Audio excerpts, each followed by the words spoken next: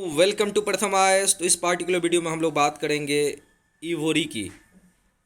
Elephant की जो tusk होती है ना आगे में, जो दांत की तरह निकले होते दो, उसकी जो इलीगल ट्रेडिंग होती है, इलीगल जो आप बोल सकते हैं मार्केटिंग होती है, क्योंकि इसका वाइड एप्लीकेशंस है।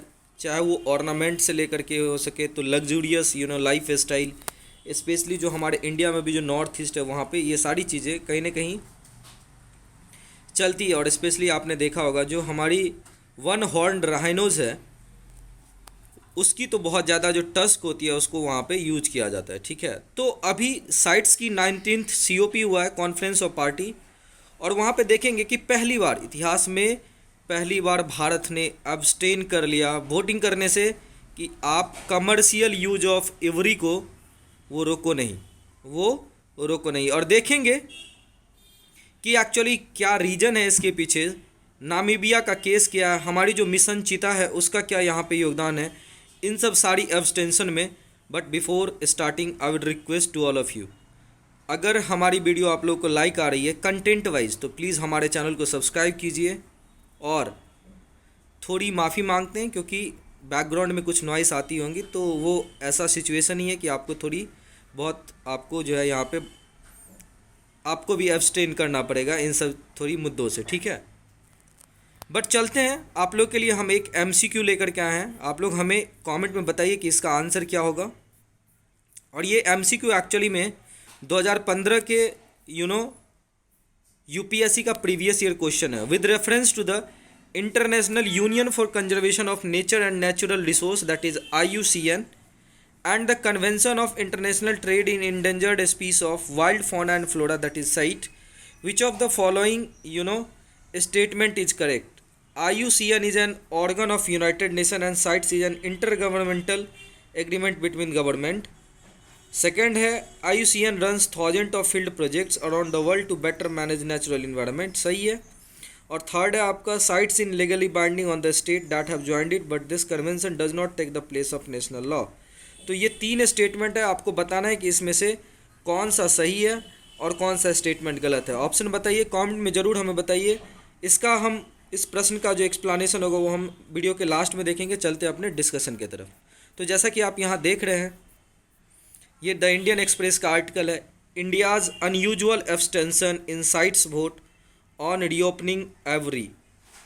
और ये जो प्रपोजल था आपका, एक्चुअली में अगर देखोगे तो नामीबिया, बोत्सवाना और साउथ अफ्रीका, ये जो तीनों बोत्सवाना रीजन के जो तीनों कंट्री है सहारा वेस्टर्न में, वहाँ पे जो है ना आपको ये जिम्बाब्वे के प्रपोजल पे जो है ना ये लाया गया था आपको, जब मीटिंग चल रही थी COP 19 ऑफ साइट्स।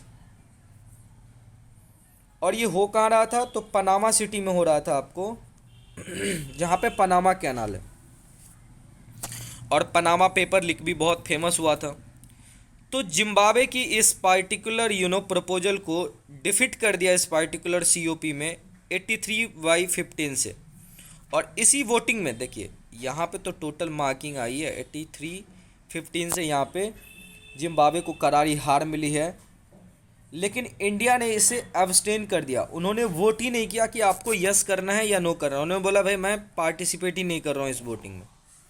और ये फर्स्ट टाइम ऐसा हुआ है जब इंडिया ने अपने आप को इस पार्टिकुलर कमर्शियल इवोरी ट्रेडिंग के प्रपोजल से एब्सटेन किया है। तो देखिए हुआ क्या कि फर्स्ट टाइम, जैसे मैंने आपको बताया। दूसरी बात है कि ये एक्चुअली में क्या था कि इंडिया ने नामीबिया को एक तरीके से बोल सकते हैं करार किया हुआ था कि जब आप मुझे चीता दोगे, आपको पता होगा 1950 का अराउंड से इंडिया में चीता एक्सटिंक्ट हो गया था, तो नामीबिया से अभी चीता आया है इंडिया में। तो नामीबिया ने क्लेम किया है कि जब हम इंडिया को चीता देंगे उनके बायोडाइवर्सिटी को मजबूत करने के लिए, तो एक सस्टेनेबल बायोडाइवर्सिटी ट्रेड, उसकी देखभाल, इन सब के लिए जो है ना हम भी इंडिया से रिवर्स फॉर्म में हेल्प मांगेंगे कि आप जो है ना ये जो एक तरीके से इवोरी की ट्रेडिंग होगी कमर्शियल इन सस्टेनेबल फॉर्म, क्योंकि इन सारे कंट्री का कहना है कि भाई हम जो यहाँ से पैसे कमाएंगे उसे हम हाथी के देखभाल में, उसके हैबिटेट को इम्प्रूव करने में, इन सब जो जो एलिफेंट कॉरिडोर होती है इन सब को बिल्डअप करने में पैसा लगाएंगे। तो इस डील के तहत जो है ना, अफ्रीका की जो चीटर डील थी इंडिया का, उसके तहत इंडिया ने यहाँ क्या किया, एब्सटेन कर लिया। हालांकि अगर आप देखोगे कि जिस तरीके से यहाँ पे इस पार्टिकुलर प्रपोजल को डिफिट मिला है, अब इंडिया के स्टांस को जो है ना एक तरीके से पूरे वर्ल्ड के कंट्रीज़ जो स्पेसिफिकली फौना एंड फ्लोरा से बहुत ज़्यादा इम्पॉर्टेंट कंट्री है, भरा पड़ा है, तो वहाँ पे जो है ना ये कंसर्न पूरे दुनिया में अब देखा जा रहा है कि भाई why does India abstained this. और ये जो है यहाँ पे एक तरीके से बोल सकते हैं नोट टू वोट, एब्सटेन का मतलब होता है note to vote against a proposal to reopen the international trade in ivory at the ongoing conference of the Convention of International Trade in Endangered Species of Wild Fauna and Flora, ये sites की full form है, convention on international trade in endangered species of wild fauna and flora. ये जो proposal था ये regular form में control trade in every from Namibia, Botswana, south Africa और Zimbabwe, इसमें ये आए हुए थे, जिसको डिफिट मिला, ठीक है, पनामा सिटी में, जैसा मैंने आपको बताया। अब हम जानते हैं साइट्स एग्रीमेंट के बारे में। देखिए, तो इनका काम है कि ये इंश्योर करता है कि इंटरनेशनल ट्रेड जो हो रही है, ताकि वो वाइल्ड एनिमल हो या प्लांट्स हो, वो does not threaten the survival of species, मतलब कुछ इस तरीके से हो ताकि यहाँ पे उसकी जो एक्सटिंक्शन है, उसका जो थ्रेट है उस पार्टिकुलर स्पीसीज का, वो ना हो। आज अभी तक अगर आप देखोगे तो लगभग 37,000 species of animal and plants have been protected under this CITES, और इसमें डिफरेंट एक डाइवर्स फॉर्म में, चाहे वो एनिमल्स हो, स्पीसीज हो, कोट्स, ड्राइड हर्ब्स, बहुत सारी चीज़ जो है ना इसमें प्रोटेक्टेड है। अगर आप इन्फोर्सिबिलिटी ऑफ कन्वेंशन को देखो तो ये एक इंटरनेशनल एग्रीमेंट है जो स्टेट्स और रीजनल इकोनॉमिक इंटीग्रेशन ऑर्गेनाइजेशन को वॉलंटरीली जो है ना एडहेयर करने को कहता है। और अगर आप एक बार अग्रीड हो गए, अगर आप एक बार ज्वाइन कर लिए साइट्स को, तो ये कन्वेंशंस एक तरीके से बोला जाता है कि agreed to bond by the convention. All the site is legally binding on the parties, in another word they have to implement the convention, it does not take the place of national. हाँ, याद रखिएगा, हालांकि अगर आप sites को join कर लोगे तो आपको लीगली साइट्स की सारी रूल्स एंड रेगुलेशंस को मानना पड़ेगा, it is legally binding. But इसका मतलब ये नहीं है कि वहाँ पे नेशनल लॉ नहीं होंगी, उस देश का अपना, कंट्री का अपना लॉ नहीं होगा फ्लोरा एंड फौना को प्रोटेक्ट करने के लिए। जैसे आपको पता होगा हमारे कंट्री में वाइल्ड लाइफ प्रोटेक्शन एक्ट 1972 है, तो वो सारी चीज़ें चलती रहेगी क्योंकि हम एक सॉवरन कंट्री है। But to make the sustainable livelihood of each and every species of this earth, हमारी जिम्मेदारी बनती है एज अ ह्यूमन स्पीसीज कि हम लोग दूसरे स्पीसीज को भी प्रोटेक्ट करने की कोशिश करें। और सिंस साइट्स उन्हीं सब के लिए, इन्वायरमेंट को प्रोटेक्ट करने के लिए, बायोडाइवर्सिटी को मेंटेन करने के लिए सारी रूल से बनाती है, तो हमें उसके साथ जो है ना एलोंग विथ चलना चाहिए, ऐसा साइट्स का कहना है। ये प्रोवाइड्स करता है framework to be respected by each party which has to adopt its own domestic legislation to ensure that कि CITES is implemented at the national level, ठीक है। अगर आप इसके परमिट सिस्टम को देखोगे तो all import, exports and re exports of species covered under CITES must be authorise through a permit system. CITES के तीन अपेंडिक्स है आपको। साइट्स अपेंडिक्स 1 लिस्ट करता है species threatened with extinction.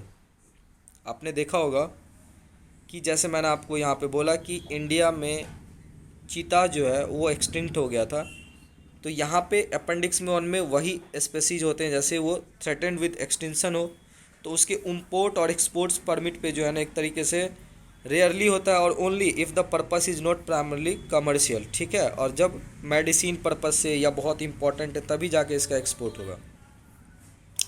Sites की जो अपेंडिक्स 2 आती है ये इंक्लूड करता है species not necessarily threatened with extension but in which trade must be strictly regulated, मतलब कोई लिस्ट कंसर्न है, उसकी पॉपुलेशन अभी भी स्टेबल है बट फ्यूचर में एक तरीके से आप प्रॉब्लम होने वाली है, तो इन सब को अपेंडिक्स 2 में डाला जाता है।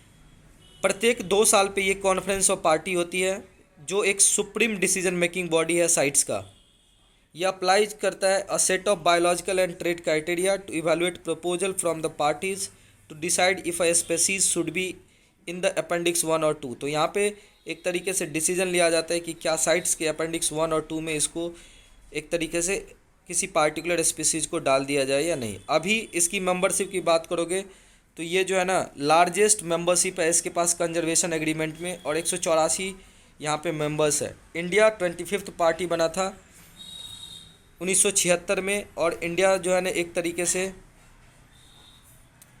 जब उसके बाद जो है ना जब उसी टाइम पे वर्ल्ड प्रोटेक्शन एक्ट भी उन्होंने 1972 में लाया था। अगर आप इंटरनेशनल इवोरी ट्रेड को देखो तो ग्लोबली ये बैंड हो चुका है 1989 में, जब all African elephant population were put in CITES appendix 1। वही अगर नामीबिया, बोत्सवाना और जिम्बाब्वे की बात करो तो इसको अपेंडिक्स 2 में यहाँ के हाथियों को डाल दिया गया 1997 में। एंड साउथ अफ्रीका ने 2000 में जो है ना अलो किया two one off sales in 1999 of every stock piled from natural elephant death to seizure from poaches. तो एक्चुअली हाथी का जो डेथ हो रहा है यहाँ पे वो बेसिकली पोचिंग से हो रहा है। उनके नेचुरल जो टस्क होते हैं उसको स्टॉक पाइल करने से जो है ना एक तरीके से जो है यहाँ पे ये सारी चीज़ें हो रही है। सब्सिक्वेंटली नामीबिया का जो प्रपोजल था for allowing a regular form of control trade in ivory by delisting the elephant population of 4 countries. कौन सा कंट्रीज? तो यहाँ पे आप देख रहे हैं Namibia, Botswana, Zimbabwe and South Africa. By delisting the elephant population of 4 countries from appendix 2 was rejected, और ये COP 17 में हुआ था 2016 एंड COP 18। तो लगातार नामीबिया की ये सारी प्रपोजल जो है ना कॉन्फ्रेंस ऑफ पार्टी पे जो है ना बार बार रिजेक्ट कर दिया जा रहा था। लेकिन after doing the Namibia India चीता डील, इंडिया का एब्सटेंशन वो बहुत कंसर्न कर रहा है। ये सब सारी चीज़ें वर्ल्ड लीडर्स को कहीं ना कहीं एक तरीके से कुछ सोचने के लिए मजबूर कर रहा है, क्योंकि 2019 और 2016 वाली जो मीटिंग थी उसमें एक तरीके से एब्सटेंशन हुआ था। मैं आपको कुछ और इम्पॉर्टेंट फैक्ट्स बताता हूँ।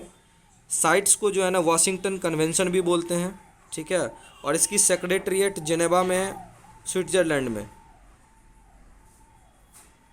अगर आप देखोगे तो ये जो है ना ड्राफ्ट किया गया था at the meeting of member of international union for conservation IUCN की जो 1963 में मीटिंग हुई थी, वहीं पे इस पार्टिकुलर साइट्स के जो डॉक्यूमेंट्स होते हैं, इनके जो प्रीएम्बल्स होते हैं, उनको एक तरीके से ड्राफ्ट किया गया था।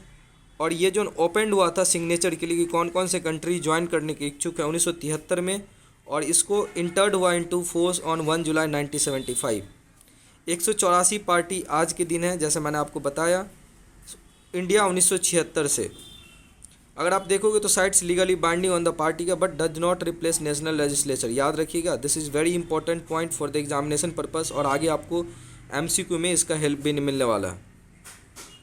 इनके 3 कैटेगरीज है अपेंडिक्स के, और वो बेस्ड है on the threat to their extinction पे, ठीक है। तो ये सारी चीज़ें कहीं ना कहीं और सबसे यहाँ पे जो है ना एक बोल सकते हैं हार्डकोर बात क्या है कि इंडिया ने डिजाइन किया था iconic sites logo in the shape of an elephant in 1981, और यहाँ पे जो एब्सटेंशन हुआ है ये सब सारी चीज़ें कहीं ना कहीं लैक ऑफ इंटरेस्ट को भी दिखाता है, ठीक है। सेम एक चीज़ जो हुआ था कि COP 19 नामीबिया ने वोटेड किया था against the India's proposal to allow sustainable commercial use of north Indian rosewood, जिसको दलबर्जिया सीसो बोलते हैं, ठीक है। तो दलबर्जिया सीसो भी एक थ्रेटेंड स्पेसीज था प्लांट का। तो इंडिया ने इसके कमर्शियल सस्टेनेबल यूज के लिए जो है ना एक तरीके से इस साइट्स पे प्रपोजल रखा था COP 19 पे, जिसको नामीबिया ने क्या किया, सपोर्ट किया था। तो उसके अगेंस्ट में यहाँ पे देखा जा रहा है कि जो नामीबिया की और उस 4 country Zimbabwe, South Africa, Botswana, इन सब का जो सस्टेनेबल कमर्शियल मांग है हाथी के टस्क के लिए, तो ये सब सारी चीज़ें जो है ना आपको एक तरीके से दोनों म्यूचुअली अंडरस्टैंडेबल था। तो कहीं ना कहीं वर्ल्ड लीडर को इन सब सारी चीज़ों को कंसर्न में रखा गया है। देखेंगे कि अगले COP में इसका क्या इम्पैक्ट आता है। चलते हैं हम लोग अपने MCQ की तरफ। तो देखिए इसका जो आंसर होगा ना ऑप्शन बी होगा। क्यों? क्योंकि जो फर्स्ट स्टेटमेंट है IUCN organ of United nation, ये गलत है। यहाँ पे देखिए मैं आपके लिए यहाँ पे लेके आया हूँ। IUCN is a membership union of government and civil society. तो ये किसी कंट्री का यहाँ पे जो है ना स्पेशली UN की नई बॉडी है ये, ठीक है। ये एक civil society multi stakeholder एक तरीके से बोल सकते हैं, और ये वर्ल्ड की लार्जेस्ट और मोस्ट डाइवर्स इन्वायरमेंटल नेटवर्क है। तो उम्मीद करते हैं सेशन बहुत अच्छा लगा, और इसमें 1400 से ज़्यादा लोग मेंबर्स, ऑर्गेनाइजेशन और 1500 से ज़्यादा एक्सपर्ट्स जुड़े हुए हैं। तो उम्मीद करते हैं आपको सेशन बहुत अच्छा लगा होगा, और अच्छा लग रहा है तो प्लीज़ हमारे चैनल को ज़रूर सब्सक्राइब करें, और अगर हो सके तो प्लीज़ घंटा का बटन दबा लीजिए ताकि हमारी नोटिफिकेशन आपको समय समय पे मिलता रहे। Thank you so much for watching this video.